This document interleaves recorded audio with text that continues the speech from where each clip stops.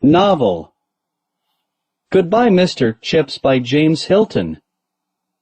And the chapter is 16. So, let's start. And now, 15 years after that, he could look back upon it all with a deep and sumptuous tranquility. He was not ill, of course, only a little tired at times, and bad with his breathing during the winter months. He would not go abroad, he had once tried it, but had chanced to strike the Riviera during one of its carefully unadvertised cold spells. I prefer, to get my chills, in my own country, he used to say, after that. He had to take care of himself when there were east winds, but autumn and winter were not really so bad. There were warm fires and books, and you could look forward to the summer. It was the summer that he liked best, of course. Apart from the weather, which suited him, there were the continual visits of old boys. Every weekend some of them motored up to Brookfield and called at his house. Sometimes they tired him, if too many came at once, but he did not really mind. He could always rest and sleep afterward. And he enjoyed their visits more than anything else in the world that was still to be enjoyed.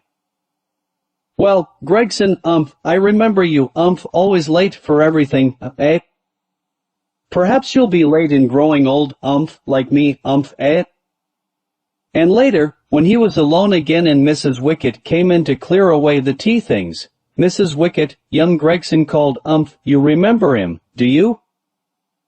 Tall boy with spectacles. Always late. Got a job with the, League of Nations, where I suppose his, dilatoriness won't be noticeable, eh? And sometimes, when the bell rang for call-over, he would go to the window and look across the road and over the school fence and see, in the distance, the thin line of boys filing past the bench. New times, new names, but the old ones still remained.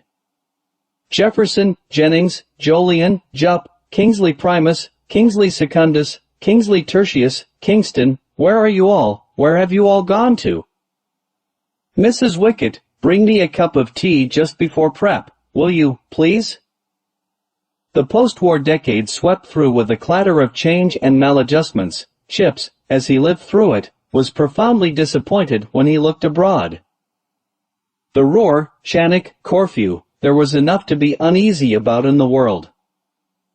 But near him, at Brookfield, and even, in a wider sense, in England, there was something that charmed his heart because it was old and had survived. More and more he saw the rest of the world as a vast disarrangement for which England had sacrificed enough and perhaps too much. But he was satisfied with Brookfield. It was rooted in things that had stood the test of time and change and war. Curious, in this deeper sense, how little it had changed. Boys were a politer race, bullying was non-existent, there was more swearing and cheating. There was a more genuine friendliness between master and boy, less pomposity on the one side, less unctuousness on the other.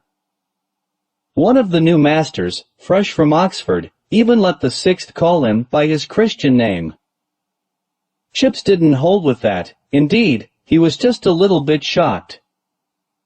He might as well, sign his terminal reports, yours affectionately, eh?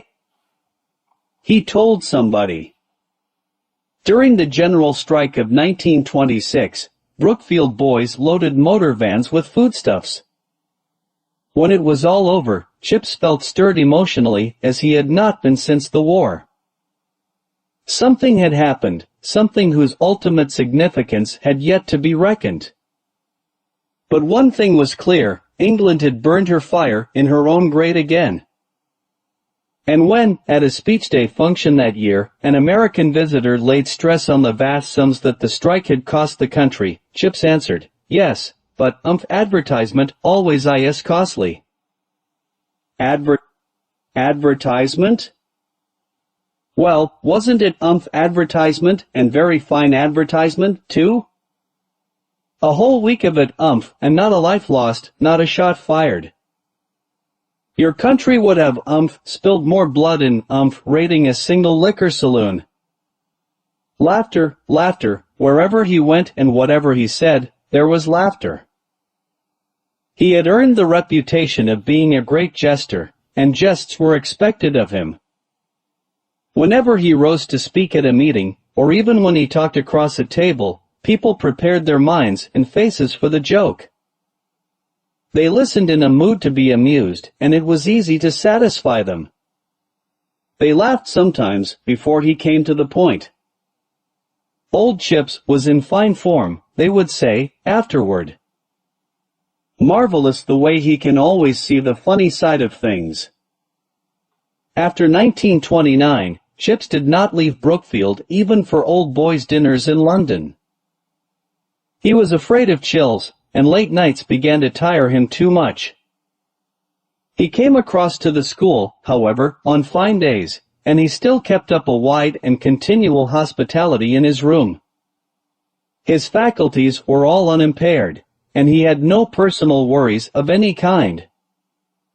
His income was more than he needed to spend, and his small capital, invested in gilt-edged stocks, did not suffer when the slump set in. He gave a lot of money away to people who called on him with a hard luck story, to various school funds, and also to the Brookfield Mission.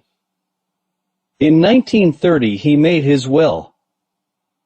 Except for legacies to the mission and to Mrs. Wickett, he left all he had to found an open scholarship to the school. 1931-1932. What do you think of Hoover, sir? Do you think we shall ever go back to gold? How'd you feel about things in general, sir? See any break in the clouds? When's the tide going to turn, Chips, old boy? You ought to know, with all your experience of things. They all asked him questions, as if he were some kind of prophet and encyclopedia combined, more even than that, for they liked their answer dished up as a joke. He would say, "Well, Henderson, when I was a much younger man, there used to be someone who promised people 9 pence for 4 pence. I don't know that anybody ever got it, but our present rulers seem to have solved the problem how to give 4 pence for 9 pence. Laughter. Sometimes, when he was strolling about the school, small boys of the cheekier kind would ask him questions, merely for the fun of getting Chips' latest to retail. Please, sir, what about the 5-year plan? Sir, do you think Germany wants to fight another war? Have you been to the new cinema, sir? I went with my people the other day. Quite a grand affair for a small place like Brookfield. They've got a Wurlitzer. And what on earth is a Wurlitzer? It's an organ, sir, a cinema organ. Dear me. I've seen the name on the hoardings, but I always imagined it must be some kind of sausage. Laughter. Oh, there's a new Chips joke, you fellows, a perfectly lovely one. I was gassing to the old boy about the new cinema, and... Hey guys, this the 16th chapter of the novel, Goodbye Mr. Chips. For more chapters, like, share, and subscribe our YouTube channel, Seeken 2.0.